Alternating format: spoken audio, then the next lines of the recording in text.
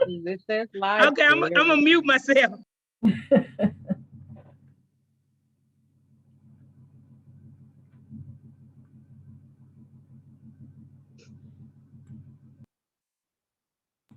This is being streamed live?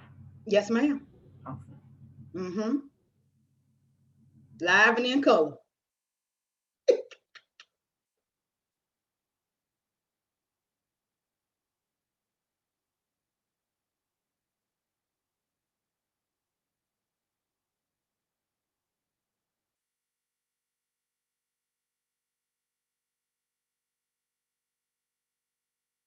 And y'all feel free to be as casual as possible.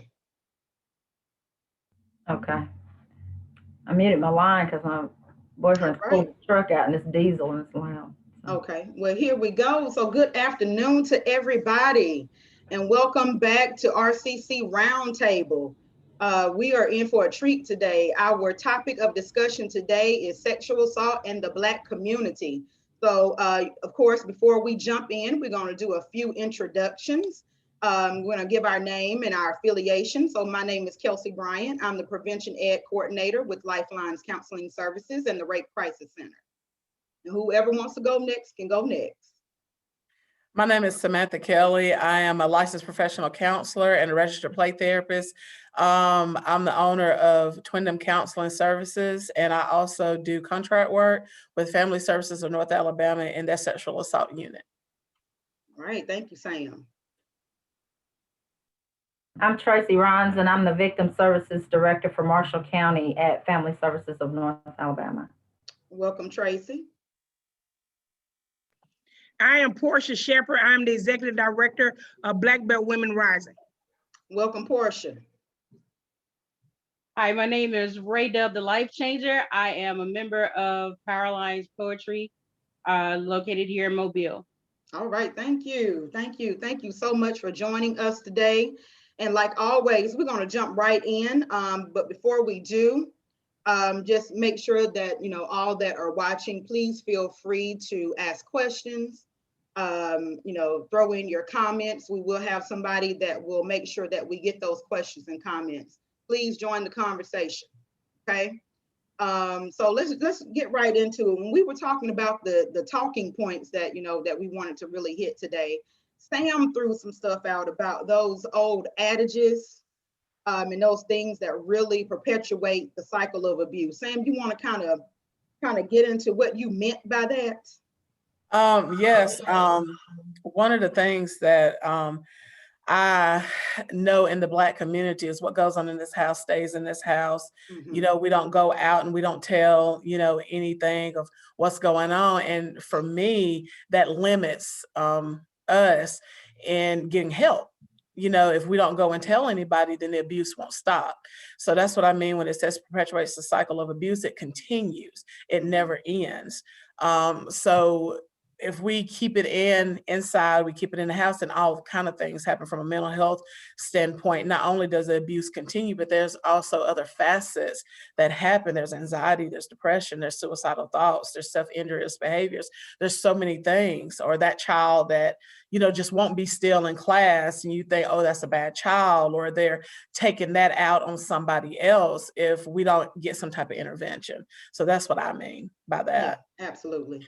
Our seekers are definitely killing us. Like yes, you said, mentally, emotionally, psychologically. And even if you look at, Black women's medical history, the fibroids, the other female issues that we're having, all of that stuff is likely is due to all of this past trauma, all of this stuff that we endure, and all this stuff that we keeping inside and in the house. And I've spoken to several survivors, and a lot of them, it was the same perpetrator. Yeah, it was the same perpetrator. It was the uncle, or it was somebody in the family. It was an older cousin or whomever. And unless we actually talk about it, like you said, it's going to keep happening. It's definitely going to keep happening. Anybody else want to jump in on that? Any other adages we need to bring up? I think that's a good point, though. A lot of times what I see with clients is someone didn't tell, so now you have 3 or 4 more people that have become victimized by that same person. And so when people don't speak up, or they're told, what stays in the home, what happens in the home stays in the home, then you have that whole cycle that continues. And I think it's important to break that cycle, because you can carry that, your kids can carry that on. What hurt people hurt people. So if they were hurt, then there's a chance that they will hurt someone else, or that it will carry on down the generational line. Why do you think we have been told to not say anything? I think the biggest thing as it relates to the Black community, when you're talking about what goes on in my house stays in my house, is because we've always had this negative connotation against us as a people. And so a lot of times when that subject comes up as it relates to rape in our home, a lot of people don't want to talk about it because we don't want to get so-and-so in trouble with the law, because the law has always been the enemy as it relates to us as Black people. The problem that comes from that is the trauma. I see it here at our school, even through virtual learning. You can tell the difference in our students. Rape is a serious conversation, and a lot of people don't want to talk about it because most of the time the female is always being the one that be the victim. But you also have the young boys that are victims, but they're not seen that way because they feel like, oh, you pulled an older woman. Well, that older woman is a predator. And it's not sex, it's rape. And I think the narrative of the conversation that we're having in our homes is that problem is not talking about the subject. One, that's the first thing, but two, the protection mechanism that we have against us as a community, the image of we're not all bad. And it has nothing to do with that. It's the act that's the issue. And that person that is committed to act, most of the time is only committed because someone had done it to them. So it's a repeat cycle. Exactly. That's one of the reasons why. Yeah. I wholeheartedly agree with that. Yeah, absolutely. I also think too, when you're talking about another adage is me being a therapist, is Black people don't go to a therapist. Black people don't go to see psychologists. We don't go to see psychiatrists because, there's a connotation that only crazy people do that. Only crazy people need to be seen. And it's not. Like, Black people have a lot of trauma, whether it's sexual abuse or whether it's how society view us. We hold a lot of trauma because we're not just dealing with our trauma today. We're dealing with traumas of the past. Generational. And it's generational and it gets passed down. And a lot of people don't realize that one of the things for me is like being accessible to everybody. Because my mom and my grandmother was accessible to everybody. And Tracy's my cousin, so she knows what I'm talking about. Okay. Absolutely accessible to everybody, but sacrificed themselves. So that was one of the habits that I was falling into as well. So there's a lot of trauma that we have, not just sexual abuse, but that, like I said, we get suicidal. We get depressed. We get anxious. We start acting out. There's so many things that we do go through. So I'm a very big promoter of the Black community and mental health. Because we just feel like we don't want another strike against us. Exactly. Or we don't want to give society any more ammo. Have you? But it is literally killing us, and it's killing our children because we're holding all of this stuff. Mama can't get it together, and so then the children can't get it. So it's just a mess, and it ends up just being a mess. Yeah, absolutely. Ray Dub, you have something to add to that? I'm sorry, Tracy, go ahead. I was just going to say, I think that's why breaking that stigma is so important. There's an overall stigma on mental health, but especially in the Black community, like she said, we don't go to therapists. We don't go talk about those things. We just handle them. Well, there's some things you just cannot handle on your own. Right. Help. Yeah. Or we need to pray about it. It. And yes, we got that part. We got that part, but you got to put some footwork in it. Yes. You got to do some other things along with that.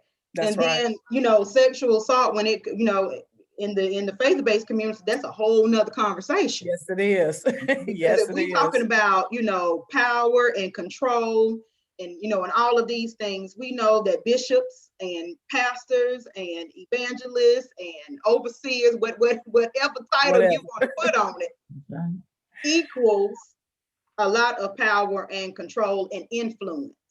So, we could probably come back and talk about that just in itself.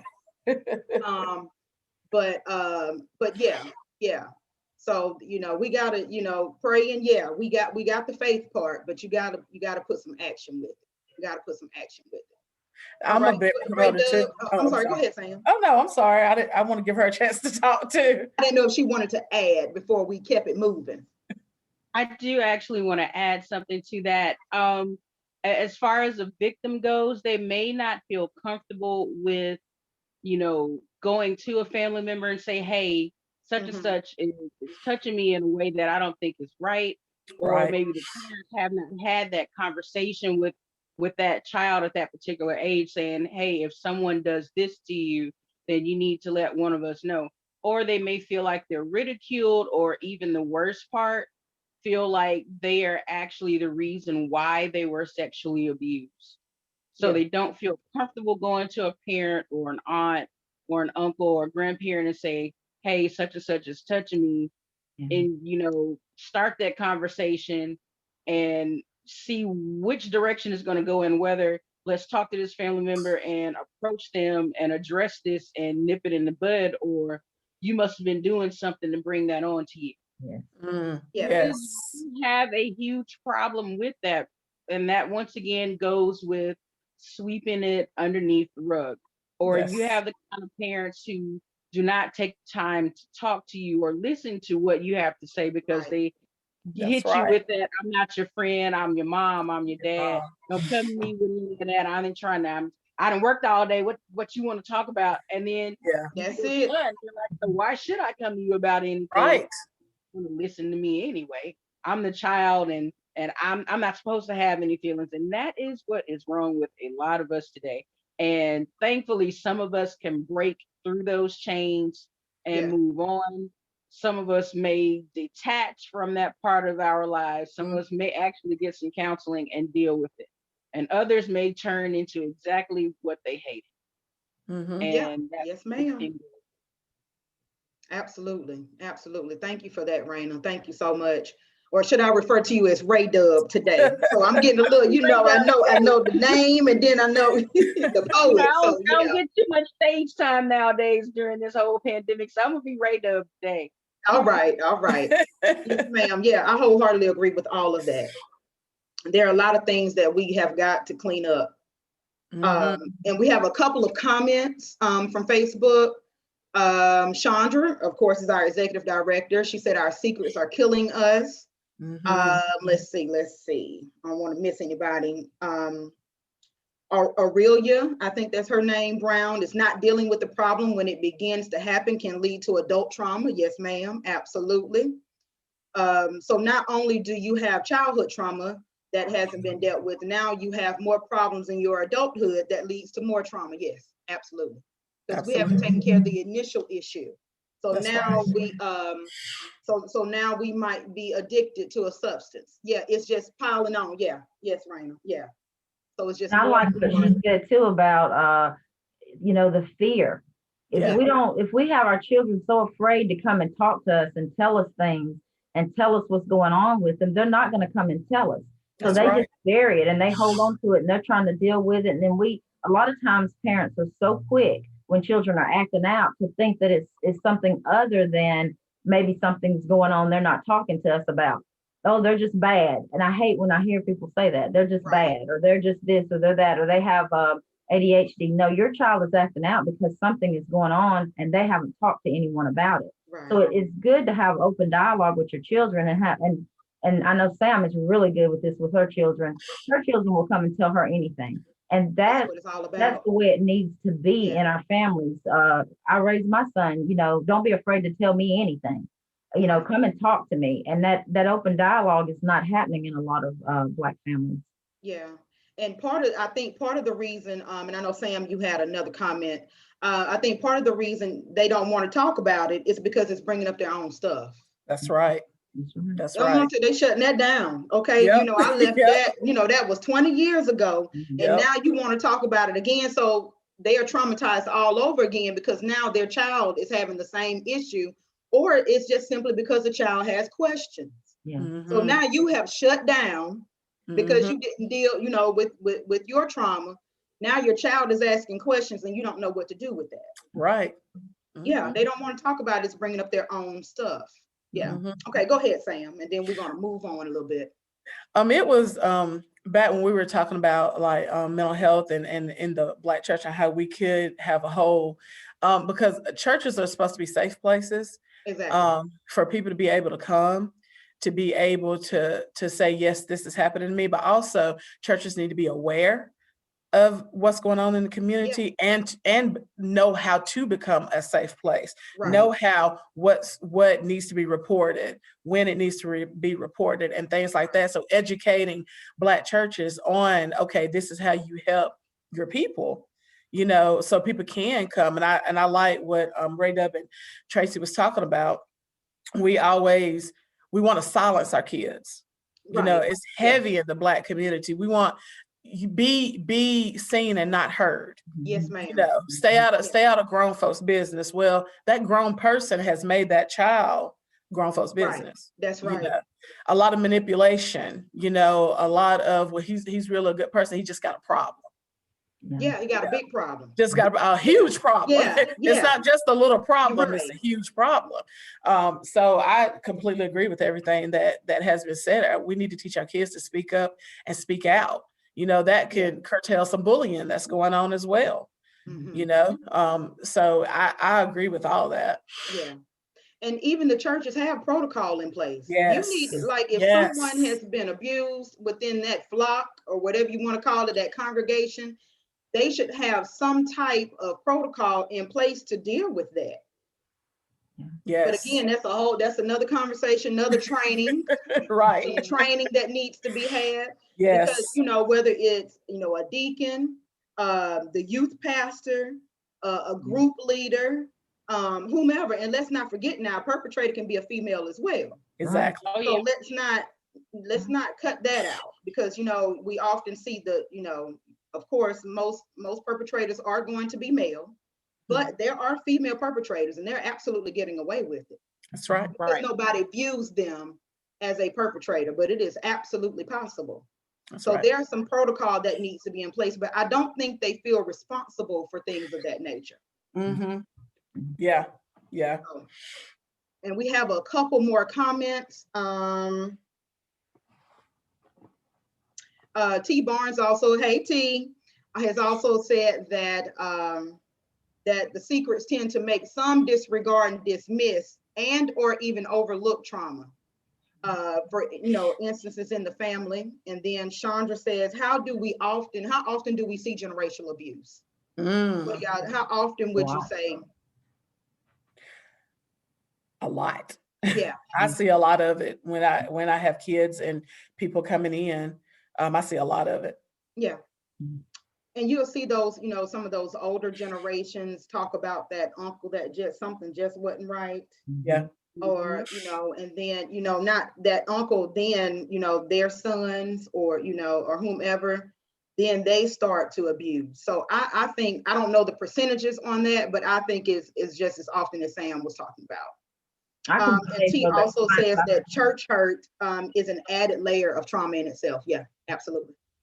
For the clients that I see, it's probably about 75% that it goes all the way back into their history, all the way back to the parents and their parents and so on and so forth.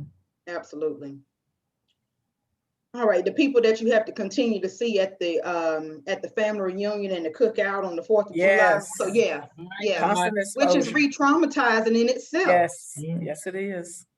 Yes, it is. You know, your mom is trying to figure out, well, why don't you want, you know, why won't you come to Sunday dinner? Or, you know, why didn't we see you at the cookout? Or why didn't we see you at the party? Mm-hmm. And one of the things that I always, you know, tell parents, you know, is if your child don't want to hug somebody, don't make them hug anybody. Exactly. Exactly. Oh, give them a kiss. No. No. The reason they don't want to hug that person or sit on their lap or give them a kiss, there's a reason. Oh my God. Yeah. Mm-hmm. Listen to your children. Pay attention to the body language. Pay attention to all of it. Stop getting so wrapped up in everything else and pay attention to your children. That's right. That's right. Just pay attention, period. How about that? Period. Period. Pay attention. I feel like I beg people sometimes. You know, I've told parents before, I said, I should not know more about your children than you do. Yeah. Exactly. Yeah. That's a Exactly. problem. That's a problem. That's a problem. And I think it goes back into those childhood traumas we were talking about, of like when you were talking about, Kelsey, about being triggered. Yeah, This just what the way their kids are acting is triggering something in them. So they automatically go to, okay, we got to get this child help. If you fix this child, everything will be okay. No, it's some environmental stuff that needs to be fixed. yeah, Most kids that come to me, if the environment change, there would be no need for them to continue to come to me week after week after week. If that environment never changes, I'm going to see that kid 2, 3, 4, 5 years. yeah, Mm, absolutely. Yes, ma'am. Yeah, but that's the stuff that they don't want to talk about. That's right. right. That's the stuff they don't want to talk about. Stop moving everybody in your house. Yeah. That's You just amen. you just met old boy, if I can say, you just met him last week. Let's take a breath, slow down, think about what you're doing. Because again, you not only have to think about your girls, you have to think about your boys. Mhm. Boys are Exactly. victimized as well. So let's not Mhm. forget that. Mhm. And even just bringing people that you haven't taken the time to get to That's know around right. your children. Don't even bring them around your children at all. When Right. I was dating and I was younger, I didn't bring anyone around my son until I knew, like, I think he met maybe 2 or 3 people that I was dating. And that was because I had been dating for 2 or 3 years. You don't just bring anybody around your children, because that one time that you bring them around and don't know, they'll take that opportunity. If there's a window there, they'll go through it. So Yeah. you have to Right. really get to know the person. And when you see those red flags in a person, don't ignore them. Pay attention to those red flags and leave. You don't need to be in that relationship, and you certainly don't need to have them around your children. Exactly. I think too, we need to realize that, abusers are manipulative, and they will make everything look great and wonderful, that they're wonderful people. I mean, if you knew that somebody, you know, would show, hey, I'm an abuser today, I'm gonna come in and I'm gonna abuse your child, of course you wouldn't let them near you. So you have Right. to, like Tracy said, get to know that person and know what your red flags and what your warning signs are. But abusers are manipulative. And it often makes me think about, this time during COVID and, the children being at home. That just made me, I had chills. I cringed Mhm. when I thought about that. It gave Just me them, because a anxiety. lot of times, going to school is kind of, is their outlet, is their way out, and so them being at home, certain people losing their jobs and, just, I mean, not even just the sexual abuse, just the verbal and the physical abuse that they Mhm. might be enduring because, people are frustrated, they're taking it out. Yeah, it was just a lot of things that could go down in that household during this time. That's right. All right, couple of more comments. Let's see. Zyra, hey Zyra. She said, if your child is not comfortable around someone, there is definitely a reason why. Yes, those are those signs that we need to be paying attention to. So what would you ladies say, as the Black community, when it comes to sexual abuse, what are we not doing that we definitely should be doing? I think we probably already stated a lot of these things. What are some definite things that we should be doing that we're not? Talking about it. Yeah. Mhm. That's the main thing. When you don't talk about something, it's easy to sweep it under the rug, and not treating it, like we said before, not treating mental health as putting that stigma on it, like it's just something to be afraid of, or that it makes you crazy. I think we need to lose the word crazy.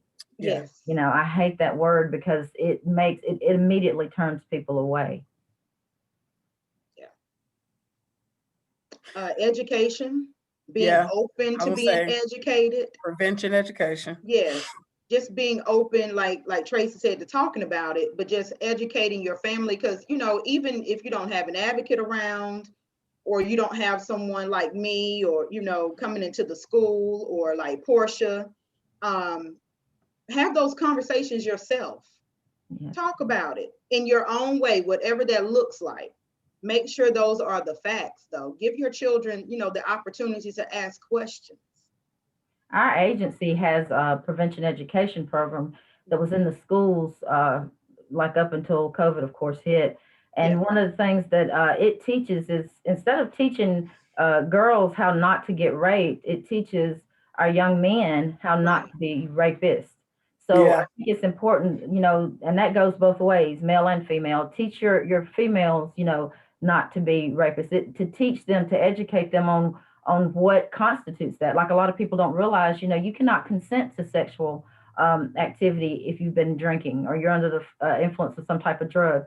So, Right. you know, you have young people out here that are doing these things and they don't realize how much trouble that can get them in. So when you talk about sexual assault, you know, it goes beyond, you know, what's in the home. Sometimes you have, you know, kids that are out there and they're not thinking about it. They, you know, they are out drinking, they're having a good time, and they probably underage and shouldn't be drinking anyway, but they're out Right. there and they're having a good time and they don't realize, okay, this girl has been drinking and, you know, now I want to have sex with her. Yeah, she consented, but she was drunk. So if she sobers up and accuses you of raping her, now you've got a rape charge. So, Yeah. you know, the education piece is essential. Hmm. And I think along with that, it needs to be in different areas, not just at school, not just as churches, like community awareness, like, Yes. you know, hosting, you know, a community block awareness. And we're going to have this panel and we're going to have this forum. And, you know, we're going to just prevention education to me is key in training, and training teachers, training pastors, training educators, training just everybody, you know, on sexual assault and what to do, what to look for, and things of that nature will help. Yeah. Because some people don't know what to look for. Yeah. They And don't Right. even just They being know. don't. careful. Yeah. Just being careful about being careful with the ones that may be in a position of influence and just not adding to the issue with the different, Mhm. like the adages that we were talking about and the negativity. Oh, you know, that girl just fast. Yes. So if those are the type of Oh, comments, yeah, that you're Jesus. gonna make, let somebody else come Yes. in and educate, and you just step to Step the back. side. Yeah, Yeah, get out yeah, of the just way. step to the side. You know, if that's the type of negativity that you're bringing. So Mhm. I think that's real important too. Just don't bring the negativity. If you don't believe that person, if you're not in position to educate, step to the side. Right. Step to the Right. side, because we're struggling enough. We don't That's need right. that. We don't That's need right. that. Not at all. We have to Anything you create want safe to add, Raina? spaces. I'm I'm sorry. sorry. Go ahead, Sam. Go ahead. Go ahead, Ray Dub. You got it. Oh no, it was not me. Y'all go ahead. Okay, go ahead, Sam. Because we could go on I was all day.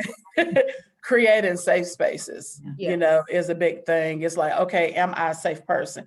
Become a safe person for somebody, especially educators, and especially if you're really heavily involved in the youth community or any community or the domestic violence community, but be that safe person for somebody, which that means you got to get yourself educated. You got to get yourself trained as well. I'm not saying you have to go out and get 1,000,000 degrees or anything like that, but just simple, like this form right here, you know, just being informed, you know, and ask questions. If you don't understand something, ask questions, you know, make yourself available for people to come to you and say, hey, I gotta, you know, let me talk about this situation, you know, with you, and help me process this situation. Right. I think, but just making yourself being aware, Right. Yeah. it would help. And letting them know that there are people out here doing this work that look like them. And look Yes. like them. That's right. And many of advocates and activists have been them. Yeah. That's Because right. I think that some people assume and you know that many of us have not been through that, or we don't know how they feel, and there are truly some of us that have not had that experience, but many people have. Mhm. And just to let them know that we are here and that we are willing to create that safe space. So I think that's really, really important. It's visibility. Yeah, absolutely. Absolutely. And we already know why women, you know, often do not report being abused, you know, being victim blamed, not being believed, you know, all of the stigma that goes along with that. Um, why do we think that a lot of Black women are just not coming forward? We know women in general, But when we talk about Black women, why are they not saying anything?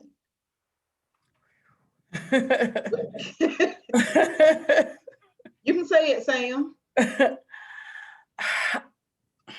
I think is how we're viewed as society.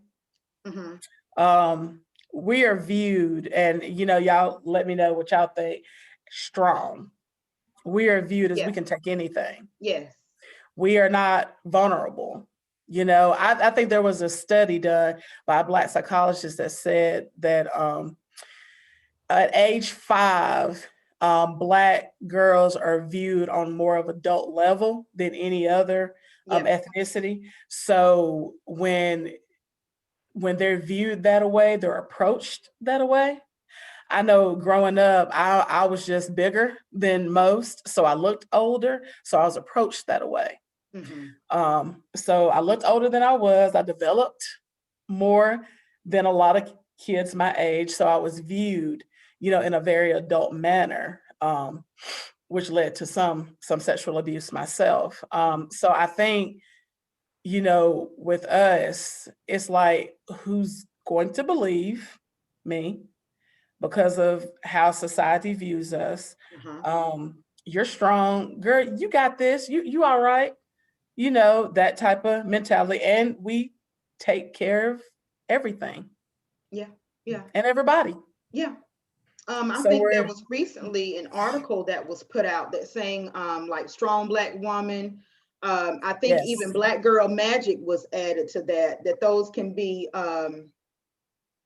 detrimental to us asking for help, like you were saying, because we take care of everybody, we take care of everything. We carry the world on our shoulders. And when you use terms like that, it makes it seem like, we never need to ask for help, or there's never a time when we are vulnerable. So I have seen that published, and I believe it was Taraji P. Henson or someone else that kind of added to that. So yeah, absolutely. And I think blame can play a part in that too. It's like you said earlier, that little fast girl. A lot of times you get blamed for it if you say something, whether you're a young child or an adult woman. It's always, well, what did you do to bring that up? Well, what did you say? Well, you shouldn't have had on those short shorts, or you should, had on a tank top, or whatever the case may be. And Black women do have very full, curvy figures, even at a young age. So you can just be wearing clothes, and mind your business. And just because some man looks at that and finds something sexual in that doesn't mean it gives him the right to do that. But a lot of women, and what's sad is I hear a lot of women say it about other women, or a lot of females say it about young female children. And that's something that needs to stop too, because I don't care if I'm walking around, completely naked. If I didn't tell you I wanted to have sex with you, then I didn't.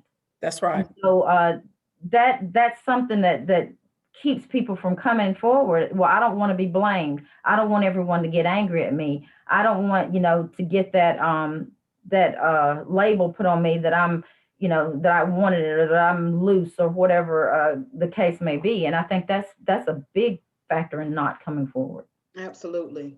And we had another comment from Zyra, and she said that African American women are viewed as promiscuous, kind of like what you were saying, Tracy, by people in the media. So people automatically assume that, if it happens to an African American woman, that they deserved it or they wanted it. Yeah. Right. And again, just by looking at us, was that years ago? Are y'all familiar with Sarah Bartman? Yes. The woman that was put on display? Yes. Because, she had the full curvy backside and everything, and they put her on display. Like she was not human at all. And I think we're viewed that way. Sometimes people are viewed as not human at all. We're subhuman. And so, and Black women, subhuman. Even going all the way back to slave owners who thought it was okay to just, have their way with the Black woman. Absolutely. And that's carrying over. It's carried over for generations. And now here we are, and we're still struggling with the same thing. Right. And that's part of that generational trauma that we're still carrying. It's very, very real. Yes, it is. Very real. We see it, we feel it every day. Every day.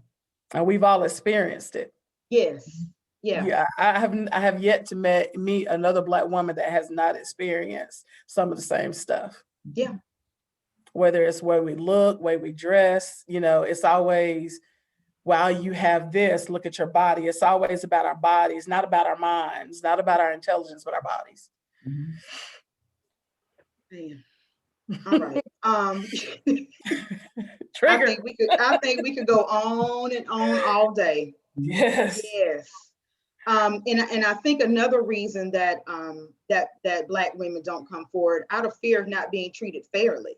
Right. So when I'm reporting to the police, when I'm reporting to the hospital, just that fear of not being seen, respected, and treated like maybe some of our counterparts. That's right. So I've already been victimized. Why would I want to put myself in position to be re-victimized? Right. Yeah. Yeah.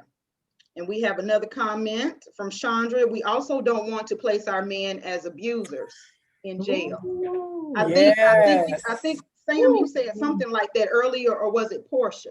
Just not wanting to add that strike against us again. Right. Yeah. Yeah. Because we feel like we have everything coming against us already. Yep. Our men are already seen as thugs, not educated, a plethora of things.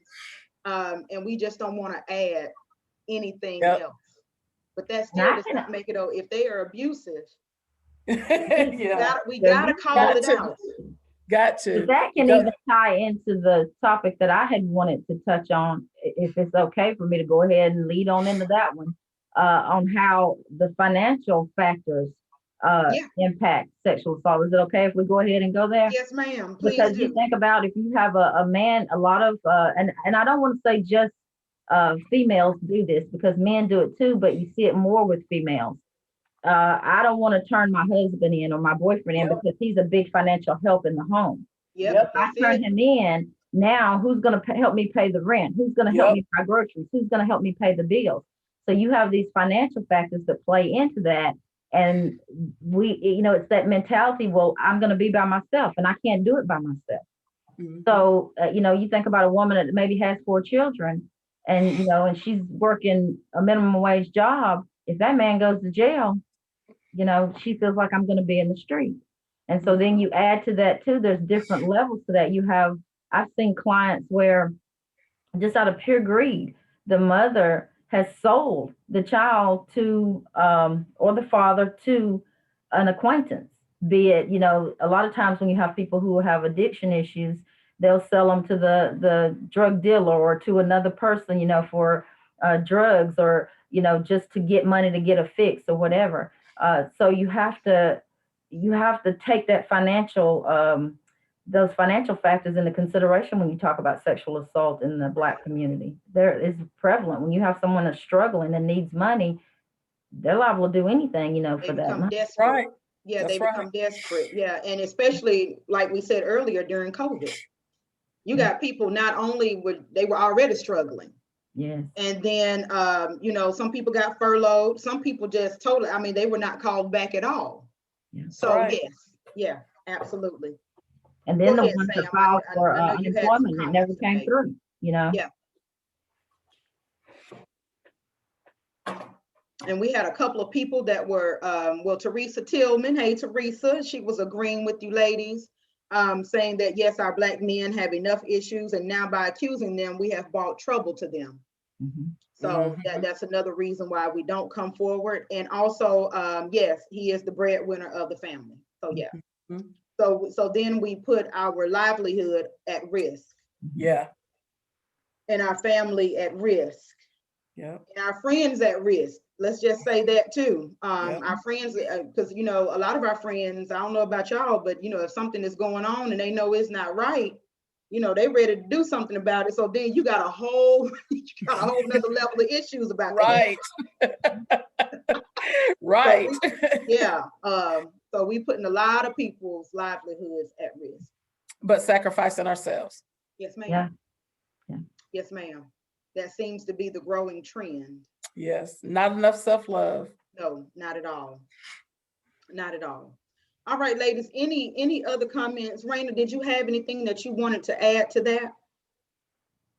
I think we've really hit upon everything, but one thing that has been revolving in my mind is The Color Purple. Yeah. Other Mm, movies, Oh, yes. all of this has been brought up and how it gets swept under the rug yes. and Mm. and yeah, I was earlier this week I was thinking about Celie filing those letters from her kid, and all I could hear was, "She's finna shave Mister." Yeah. Mhm. Yeah. Yeah. And she has Yeah. finally had enough all of Enough. these years from being abused by her stepfather and her uncles and cousins and this husband that mentally and physically abused her. She had had it. Yeah. And we get to a point where we have had it, then we're a victim all over again. They're like, oh, she did Yes. this because this person was doing that. You have no idea what she was putting up with all That's of these years, Right. and That's the it. top That's of the right. pot finally bubbled off. But now she the bad guy because Yes. she said, I'm not sacrificing another day. Yes. Right. Yes. Then she's the angry Black woman. That's Yes. a whole Yeah, nother. she's just an Yeah. Now you angry got woman. angry Now you because you angry. stand up for yourself. Yeah. Because you just never get a doggone break. None. Never. That, But you that's know, and why we have to create our own breaks. that's That's right. right. Right. One of the things about The Color Purple that I think a lot of people missed was how sexual assault and abuse in general, just abuse in general, is normalized.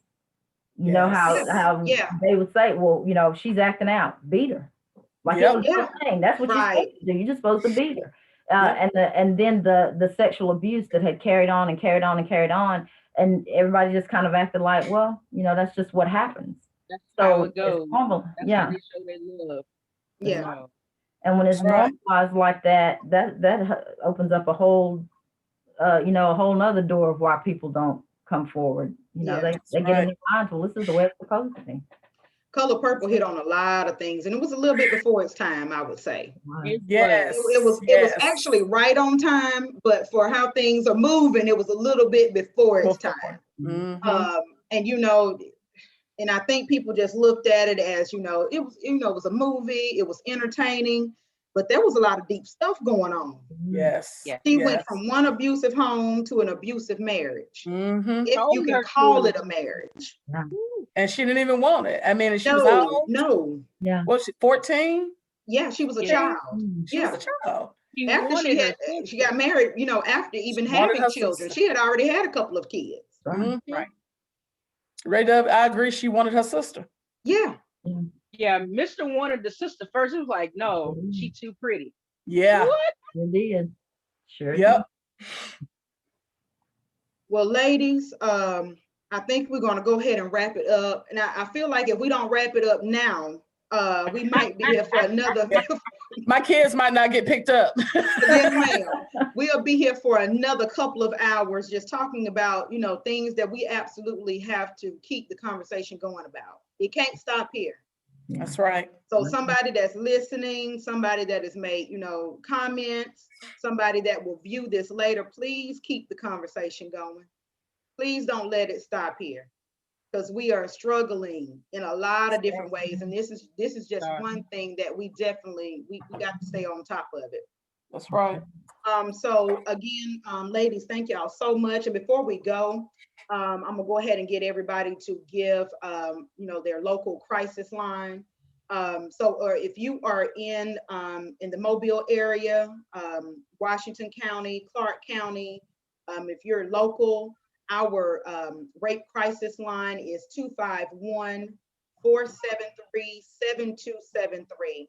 251-473-7273. Today is actually the beginning of Sexual Assault Awareness Month. So know that we are standing with you. We believe you. If you feel like nobody else is in your corner, we are definitely in your corner. Please do not hesitate to reach out. Please don't. If it's not you that needs to talk, maybe it's a coworker or a friend, classmate, whomever, male, female, however they identify. We're not concerned about that. We are concerned about that person getting help. Yes. And that's another thing why people don't want to come forward. I That's tell it. you, the people that are watching right now, we're just concerned about you getting the help that you need. Mhm. Okay, so please, please know that. And again, I feel like I beg for people, please do not think that we're gonna turn you away or anything like that. That's not us. That's right. Right. We care about you, we support you, we believe you. Again, and that line is 24/7. So it does not matter if it's 2:00 in the afternoon or 2:00 in the morning. Somebody is always available for you. What you got, Tracy? What number is it? That's 855-878-9159. And what counties? What We're area? Marshall and DeKalb County, and we are 24/7. We don't turn anyone away. Just like y'all, we are here. If you call and you need us, we're there. We do advocacy services, and we offer parenting services too at our agency. So if Okay. if you're a non-custodial parent, and because you've been through some things, come on, call us and talk to us. You can call us on this crisis line, and I want to put it up there so if somebody wants to screenshot it, they Okay. can screenshot it and give us a call. Thank you so much. And Sam, same for you. I know you're also in private practice. Is there a I am. number that? Yes, you can go to my website. It's twindhamcounseling.com. You can catch me on email at therapistkelly@twindhamcounseling.com. And my professional number is 256-251-3527. All right. Thank y'all so much. And Raina, what about you and Powerlines Poetry? Right. You can reach Powerlines Poetry at powerlinespoetry.com. We are Powerlines Poetry on Facebook, Powerlines Poets on Instagram, and as well as YouTube. Thank you so much. And I just knew it was very important for Raina to be here today. She is a poet, an activist in the community, right. and they often do a lot of spoken word that hits on these topics. So it was very important that people know that she's in the community as well as her, as the rest of the Powerline poets. So we got to keep each other uplifted. That's right. And know that we are supporting one another. If we feel like we don't have anybody else, we have each other. That's right. All right. So thank y'all so much. We're going to go ahead and wrap it up. I am so grateful and so excited about the conversation that we just had. And hopefully the people that are watching, if they need services, they will reach out. I feel confident that they will. All right. Thank you for having me. Thank y'all again. Thank you. Thank y'all so Thank much. you. Bye. Mhm.